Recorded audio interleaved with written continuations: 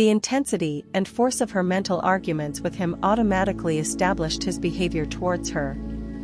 She began to realize that all of us carry on mental conversations, but, unfortunately, on most occasions these conversations are argumentative, that we have only to observe the passerby on the street to prove this assertion, that so many people are mentally engrossed in conversation and few appear to be happy about it, but the very intensity of their feeling must lead them quickly to the unpleasant incident they themselves have mentally created and therefore must now encounter. When she realized what she had been doing, she agreed to change her attitude and to live this law faithfully by assuming that her job was highly satisfactory and her relationship with the producer was a very happy one. To do this, she agreed that before going to sleep at night, on her way to work, and at other intervals during the day she would imagine that he had congratulated her on her fine designs and that she, in turn, had thanked him for his praise and kindness. To her great delight, she soon discovered for herself that her own attitude was the cause of all that befell her. The behavior of her employer miraculously reversed itself.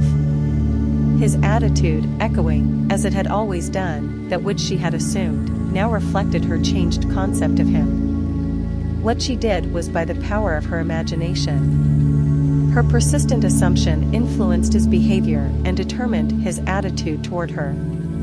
With the passport of desire on the wings of a controlled imagination, she traveled into the future of her own predetermined experience.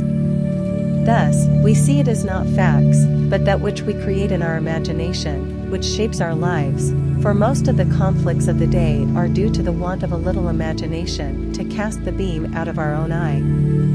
It is the exact and literal-minded who live in a fictitious world. As this designer, by her controlled imagination, started the subtle change in her employer's mind, so can we, by the control of our own imagination and wisely directed feeling, solve our problems.